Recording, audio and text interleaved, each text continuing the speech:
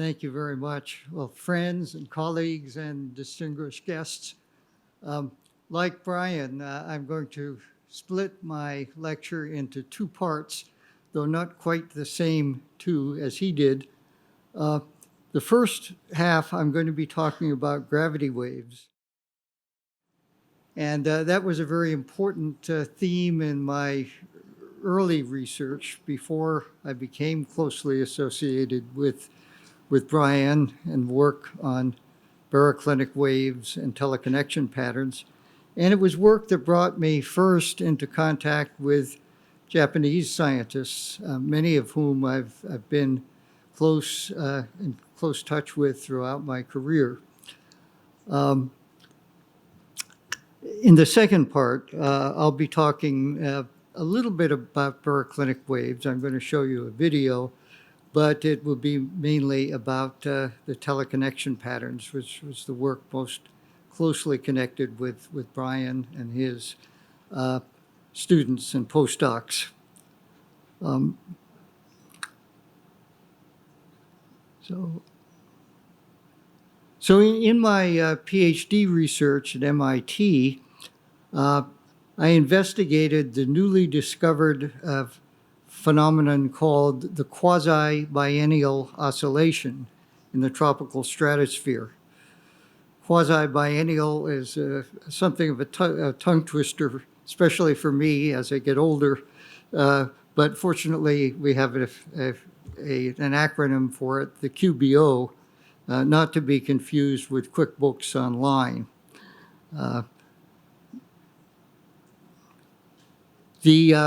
So to get a feeling for how the winds in the tropical stratosphere behave, I'm going to show you a video of the ash cloud from the Tonga eruption.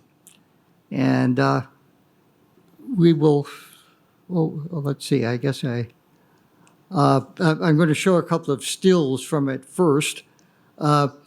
On the top one, you can see the very first stages of just right after the eruption.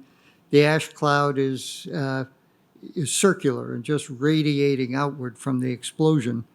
But within an hour or two, it gets distorted by the winds. It's about at its maximum extent at this time. And then the lower part of the ash cloud, the part in the troposphere, falls out, and leaving the stratospheric part of it, the high part that got carried up above all the clouds and thunderstorms in the troposphere, that remains, and that gets carried with the wind. And the video shows you how that moves. So now we'll see the video, and we'll see that moving across northern Australia here and into the Indian Ocean. And the northern part of the ash cloud, the part that's closest to the equator, moves fastest.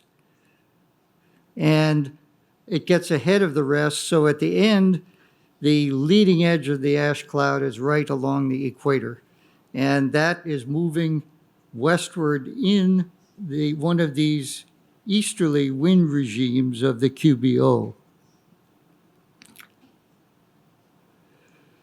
So now I'm going to show you another animation in just a moment, and it's a pole-to-pole cross-section of the east-west component of the wind.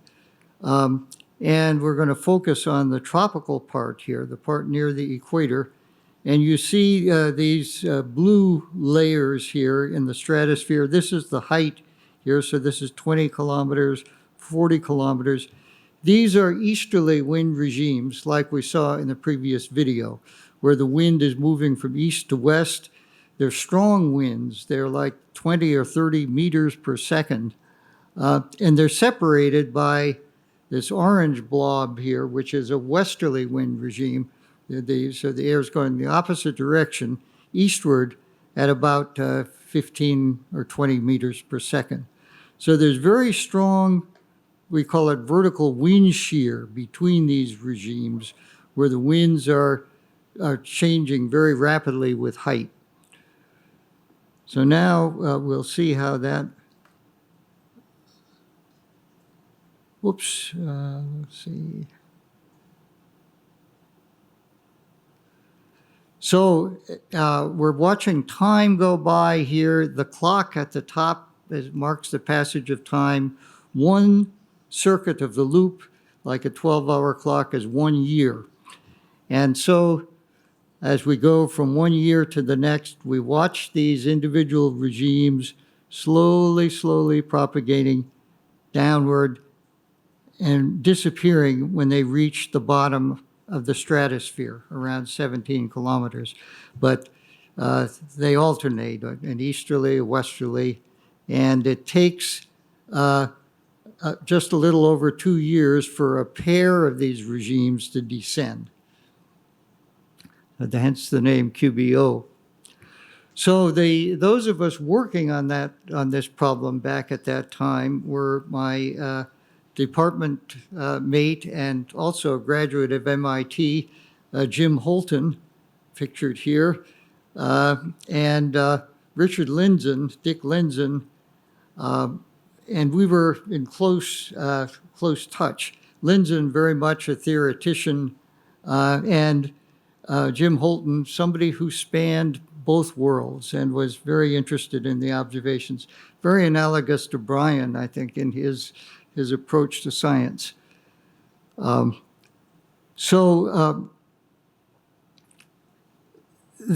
key research question that we were addressing was, what makes the successive easterly and westerly regimes propagate downward?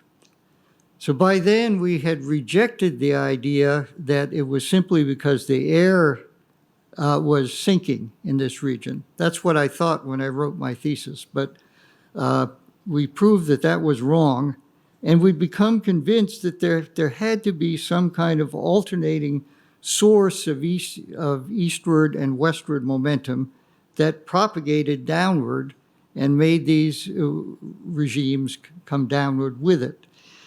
And the only thing that can do that in an open fluid like the atmosphere is waves. And an attractive idea was that Lindzen was very much pushing, that it was gravity waves. But we didn't know anything about the presence of waves, whether such a thing really existed. And it was at that time that we became aware of the work at Tokyo University. And so here we see a photo taken in the late 1960s of Taro Matsuno seated here, Michio Yanai, with whom I had a close friendship through our career, and Isamu Hirota, who was also very interested in problems of the tropical stratosphere. So in 1966, Matsuno published a theoretical paper in which he introduced an entirely new family of large-scale waves propagating eastward and westward along the equator. His paper became famous, and it currently, I checked recently, it has over 3,000 citations, Taro. So in this paper, he introduced a special class of gravity waves, just what we thought we needed, that feel the influence of the Earth's rotation. And they propagate eastward or westward along the equator, and they're much larger in horizontal scale than the conventional gravity waves, the ones we knew about at the time. So just a completely new creature that Matsuno had hypothesized. And so this is what his solutions look like. On the top panel, you see what he referred to as the Kelvin wave, which has only east-west component of the wind. There's no north-south component at all. And it's the gravest mode, the most important in this family of waves. And it propagates eastward with time. And then the second member in this family of waves, the second gravest mode, was what he referred to as the mixed Rossby gravity wave.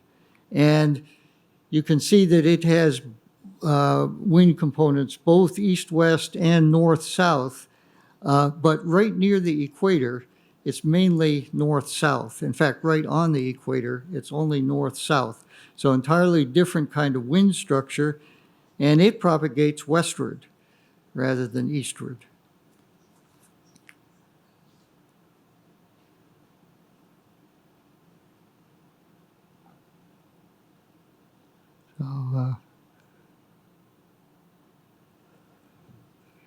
So a year later, 1967, Yanai and his student Moriyama found waves in the north-south component of the wind, and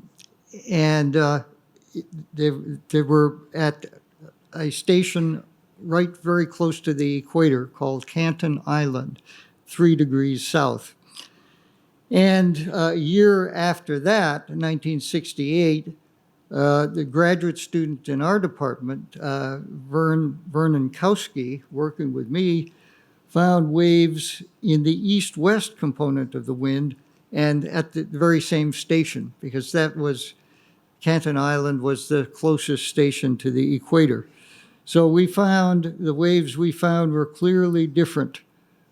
And the waves that Kowski and I discovered correspond to Matsuno's Kelvin wave. And we found that they have a period of about 10 or 15 days, quite long period, longer than the baroclinic waves that Brian was talking about that give rise to the middle latitude cyclones. And they're very long in wavelength, so long that in fact one wave, just one wave, fits around the entire circumference of the Earth. Whereas the Yanai-Maruyama waves correspond to Matsuno's second gravest mode, the mixed Rossby gravity wave, and they're shorter in period, just 4 to 5 days, and they're shorter in horizontal scale too. Four or so of those fit around the latitude circle. Here's a modern depiction of what they look like in a sounding right on the equator, right near Canton Island, but on the equator. And that's the north-south component of the wind. And you see it looks like a snake, but notice it's slithering downward. And that's downward propagation. That's the indication that these are gravity waves. Only gravity waves can do that. And here are the east-west component of the winds, and they look much the same. So they're both gravity waves, and that's good in terms of finding an explanation of the QBO. But before that developed, there were some important theoretical developments, and two of the real giants of the field really set the stage for the discovery of a mechanism for the QBO. The Norwegian meteorologist on the left, Arnt Eliassen, showed that gravity waves disperse upward, even though they're propagating downward, as we just saw. They disperse, and by disperse I mean they transmit energy. They carry energy upward, and they carry momentum upward too. And they carry momentum of the sign that's the same as the direction that they're propagating.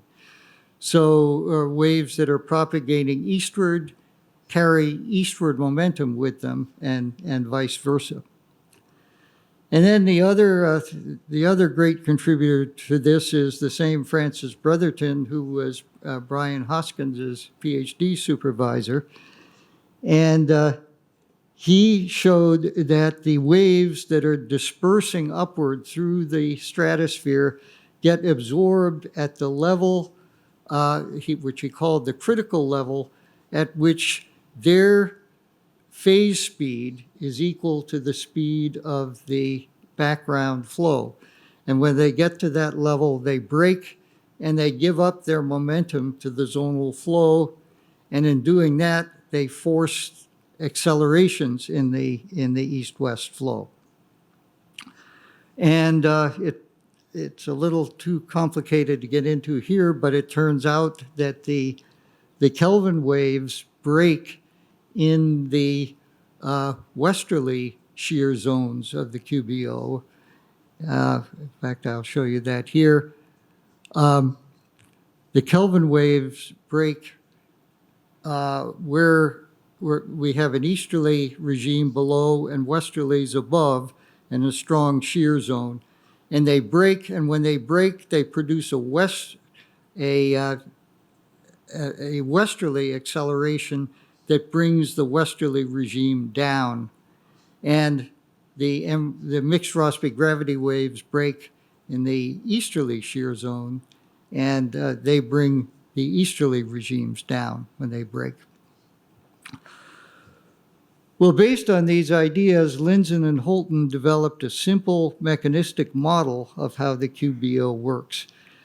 But they didn't know how to simulate the Kelvin waves and mixed Rossby gravity waves, so Lindzen suggested that they just use ordinary gravity waves, some eastward propagating and some westward propagating. And they put them into the model, and this time it worked. And they got a remarkably good simulation of the QBO. And they published that result in 1968. Just all of these things that I just described happened almost simultaneously. It was a very, very exciting period for me as a young researcher to be part of that.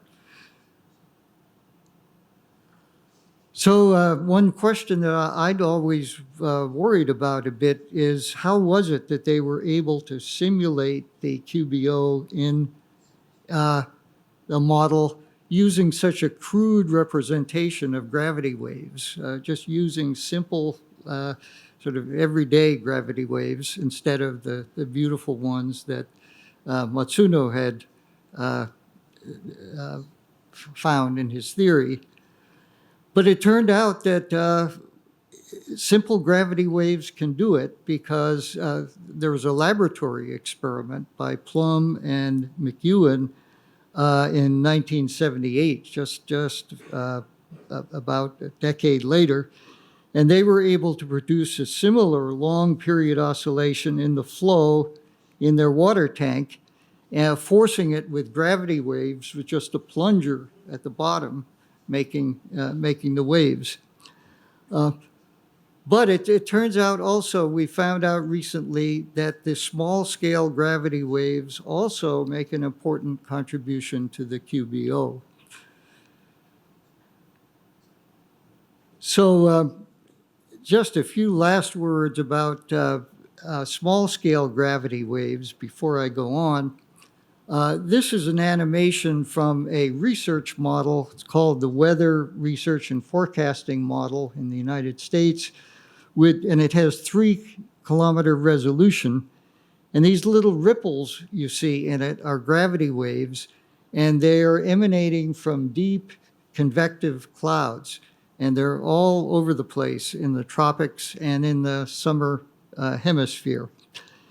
And it won't be long before the operational models will have resolution like this, and they will be resolving gravity waves as well. Well, you might ask, well, does that make any difference? Do these little waves do anything? Well,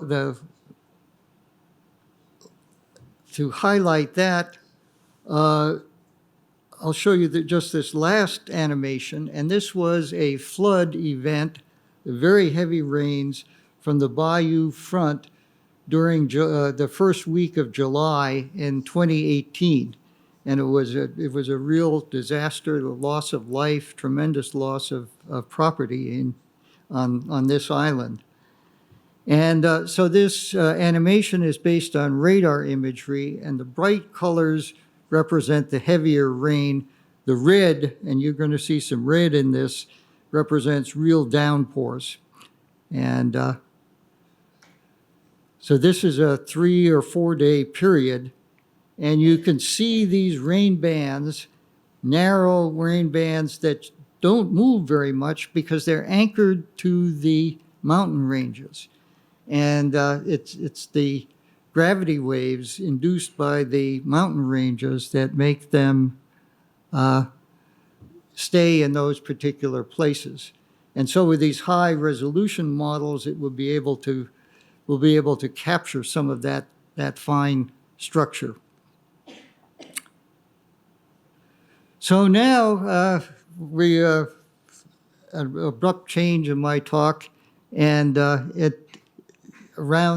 going back to the year of around 1975, I felt by then that I'd learned that all I could do, and with my students, about the QBO and the tropical stratosphere. The data sources were much the same there as they had always been, and I guess I had just milked it for all it was worth, as we'd say in the American slang. So I turned my interest I started working on another interest of mine that I had always had, but had not been able to work on because the data weren't suitable. I wanted to look at the properties of waves, disturbances in the troposphere, and especially the slowly changing part of the motions in the troposphere. And it was just then that I had a new opportunity because gridded data sets produced by the operational numerical weather prediction centers like the Japan Meteorological Agency were just being produced on every day and archived and made available to researchers. So I decided to use these data to pursue this other interest of mine. And it was then that my research began to follow a track more parallel to Brian's. So I want to mention just a bit of our common interest in baroclinic waves. This is an animation which actually was produced quite recently, but reflects the way I think about how we can investigate the waves with the gridded data sets. So going back to Brian's talk, he showed you how baroclinic waves develop with these thin cusps of warm air. The warm is the red here, that get carried northward towards the high latitudes. I should say here, the North Pole this is what we call a polar stereographic projection. The North Pole is at the center. North America is down here. Japan is over here. So the tropics are around the edge, and it's red. Those are the warm colors. And so we see this broad zone of temperature contrast that Brian mentioned getting distorted with these cusps of warm air getting pulled poleward, and the contours on this, the black contours, those are the sea level pressure isobars. And you can see on each one of these cusps, there's a little group of isobars, concentric circles. So those are the extratropical cyclones. Those are the surface lows. And they develop ahead of these cusps of warm air. So this is just a still from the animation. And now we'll see the animation itself.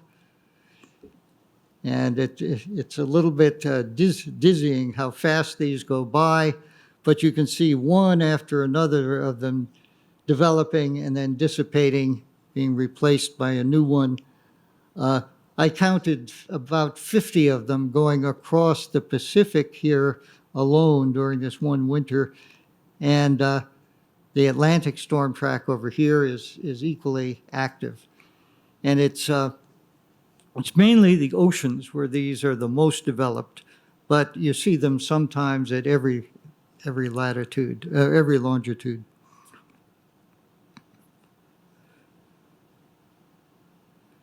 So now I'm going to show you a video of a similar map projection, but a different variable. We're going to be looking at the pressure field about halfway up to the jet stream level, about the 5-kilometer level above the Earth's surface, about halfway up to the levels you fly at when you go on a passenger jet. And it turns out this is the level at which the flow patterns best fit the models that Brian and some of his colleagues used, the one-level models, where the flow, the three-dimensional flow in the atmosphere is represented by the flow in a single layer. So the 500, I'm going to use the term 500 millibar height a number of times.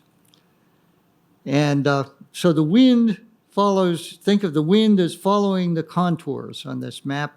The color is just to mark a range of contours that corresponds more or less to the jet stream. So we can loosely think of the jet stream as following the red band here and enclosing the polar vortex within it. So the zone poleward of the red band is the polar vortex. And so let's just watch that.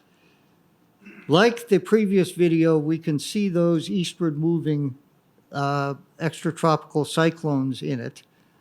But they're not as prominent as they were in the previous video. And your eye is drawn more to the slow gyrations in the shape of the polar vortex.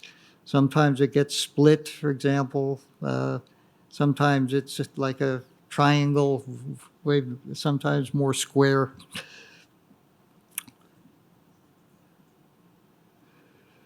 So you can see those slow variations more clearly if you filter the data by smoothing it in time, so that instead of daily means, we show the means for a full week, but like Sunday to Sunday, Monday to Monday, Tuesday to Tuesday. So we have a map every day, but it's a map for a full average over a full week. Then we don't see the baroclinic waves anymore. We don't see the extratropical cyclones. They're smoothed out, and we see these slow gyrations in the shape of the polar vortex. So show you just a bit of that. And you can see, you don't see any movement in any particular direction. I tried some experiments with students on this, and I showed it to them backwards and forwards, and most students couldn't tell which was which, whether time was going forward or backwards. You can, in fact, tell if you have looked at it for a long time. The properties of the Rossby waves are a little bit different, but rather than trying to analyze the video, what I'm going to do is just show you two snapshots from it, screenshots. And so these are just instantaneous maps from the video. And I hope I can make it stand still here. Please stand still. So I want to show you this in the Pacific here at this time. The contours are distorted in the form of what we call a ridge, where the contours extend to high latitudes. And the heights, the orange colors indicate that the 500 millibar height is above normal. So we have a similar situation in the Atlantic, just about over Greenland. another area that's a ridge, and the colors are orange. And at these longitudes, we have at low latitudes, we have troughs of the waves. We have where the contours go to low latitudes and come back. And over here we have that. And in the colors, we have like a dipole, orange to the north, blue to the south. So these areas develop fairly commonly, and both Brian and I have studied them, and we've had a number of our students have worked on them. One of my students who did his PhD thesis on the topic of these so-called blocking features was Hisashi Nakamura, studying how they are maintained. And it turns out that almost all extreme events are associated with blocking situations of some sort. And here's just one more example. In this case, the orange, the positive anomalies, are over eastern Siberia, and the negative ones are just west of Hokkaido here. And you can see the closed cyclone in the Sea of Japan, and the very large region of below normal height over southern Japan, China, and this area. And so this was a time when Japan was anomalously cold because of the blocking occurring at this longitude. So given the fact that we have data for so many years, and each year we have a complicated history like the ones I showed you, you can imagine that this is a virtual fire hose of information. But so I wanted to see if we could distill it down to some simple ideas that we could talk about with short papers in the literature. So we had the idea of producing a simple statistic called a one-point correlation map. And to make one of these, we choose a reference grid point. We can choose any one we want. And we map the correlation coefficient between the 500 millibar height fluctuations at that point and the fluctuations at every other point in the hemisphere. And then we just make a map of the correlation coefficient. And in this example, I'm showing you two maps. This one is based on the unfiltered data, just the raw data day by day. And this one is based on the data that have been filtered with the 1 week running mean, as we call it, to emphasize the slow variations. So if the fluctuations were random, these one-point correlation maps would look like dartboards with concentric circles surrounding the reference grid point, and the correlation coefficient would be 1 right at the center because you're correlating the time series with itself, and it would drop off with distance at the same rate in all directions, and would fall off to 0 in the distance and would be 0 at all grid points distant from the center of the dartboard, so to speak. Well, the pattern for the unfiltered data does look somewhat like that, except that if you look down here, you see a little bit of blue indicating there are some negative correlations, a tendency for a dipole.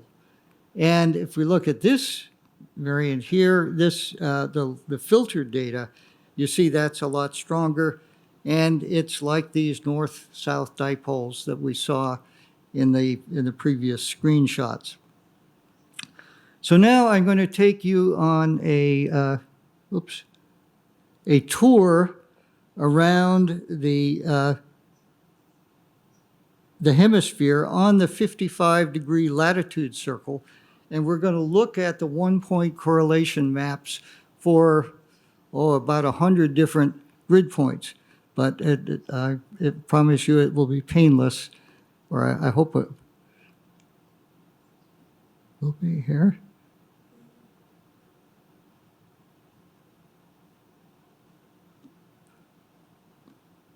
Here we go.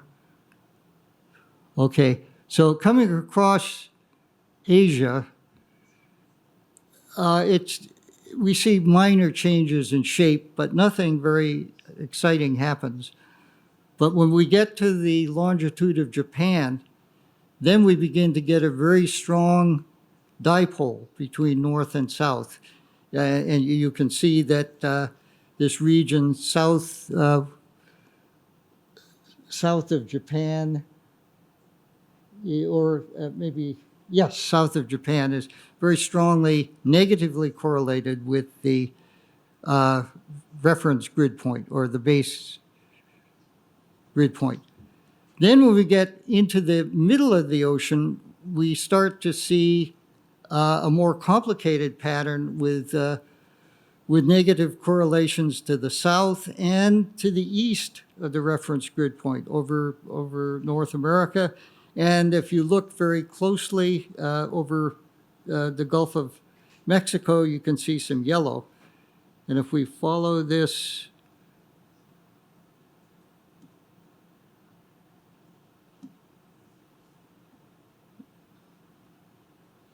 every time I give this talk, this behaves differently.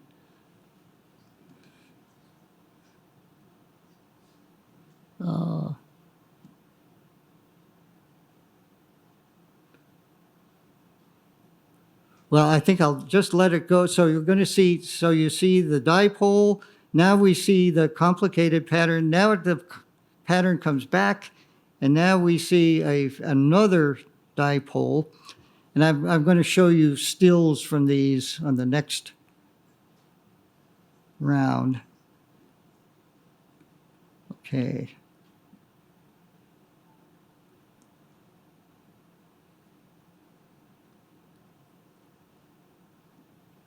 No.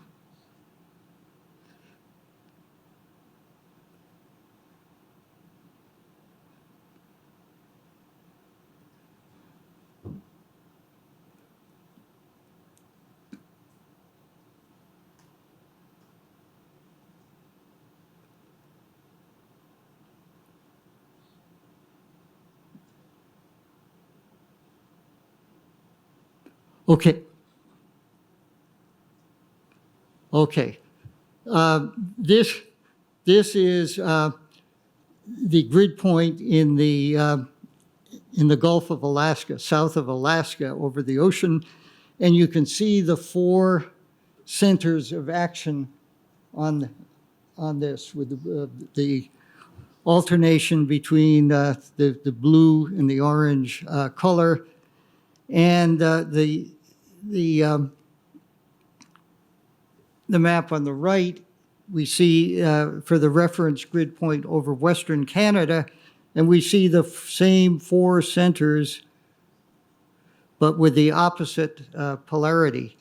So this is one of the strongest patterns, and we call it the Pacific North American pattern just because of its geographical extent. And it turns out to be one of the most important ones for weather over North America. And this other one that I want to highlight, a dipole at the longitude of Greenland, and it also has this consistency between the northern and southern grid points. Its two primary centers of action, and the northern grid point extends over part of the Arctic and gives it a ring-like or annular character. And it can thus be interpreted in terms of a tightening or loosening of the polar vortex.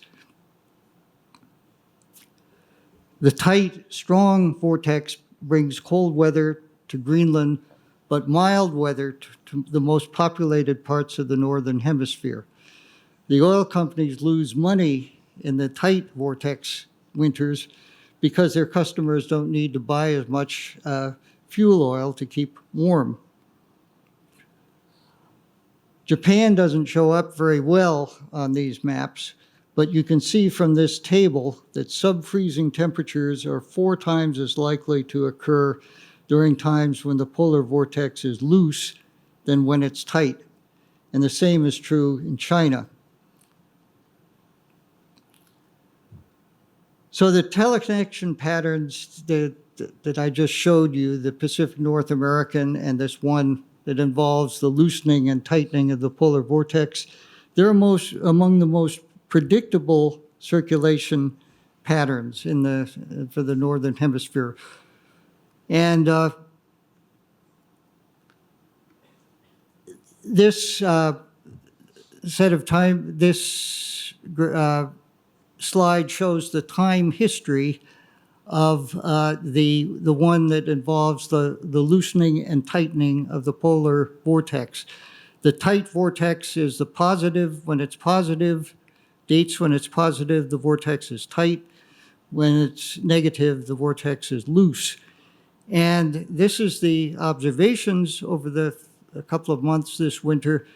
These are the 1 week forecasts, the 7-day forecasts with this is the American model. And these are the 10-day forecasts. And you can see even the 10-day forecast is capturing a lot of that variability. So that we already have some predictability into the second week for these patterns. And in addition to that, we have some predictability from 1 year to the next because the QBO gives us a bit of advance warning of big variations in one direction or the other. If the QBO is, let's say, if it was westerly this year, we could predict with some confidence that it would be easterly the next year. And if that happens, we're likely to have a loose polar vortex, and that makes for a cold winter over the Northern Hemisphere, including Japan, and a high demand for fuel oil. The winds in the tropics also, I should say the winds in the tropical stratosphere influence the temperature at high latitudes through their mutual relationship to the phenomenon called sudden warmings in the high latitude stratosphere. And I'm sorry I don't have time to show you how that relationship works, but it's been a very interesting story that a lot of Japanese meteorologists have played an important role in. So the last thing I'd like to talk about just briefly is the use of El Niño in predicting seasonal mean climate. So back in 1980, we produced this schematic picture of the rainfall anomalies in the tropical Pacific during so-called El Niño events, when the sea surface temperatures in the tropical Pacific are warm. Back at that time, we'd had infrared imagery from the satellite data for only a few years, so we didn't have a very good idea of what the rainfall pattern looked like, and we just drew this sketch rather just freely based on very limited amount of information. Based on the data since then, we know that this has been the statistical pattern of rainfall during El Niño, the green being heavier than normal rainfall, the brown being dry, and you can see it fits pretty well. In fact, let's look at that in more detail. You can see Canton Island, the island I mentioned earlier in the talk, is right in the middle of the green area. So during El Niño events, Canton Island is a desert island, I should say, Canton Island is a desert island most of the time, but during El Niño, it's deluged with rain. And the outflow from the deep convective clouds at the jet stream level gives rise to this wave pattern in the pressure field indicated by the contours. And it gives rise to a train of these Rossby waves along a great circle route that extends downstream over North America. And this pattern was very well captured by Brian Hoskins and his student David Caroli in their paper that Brian showed you a slide from.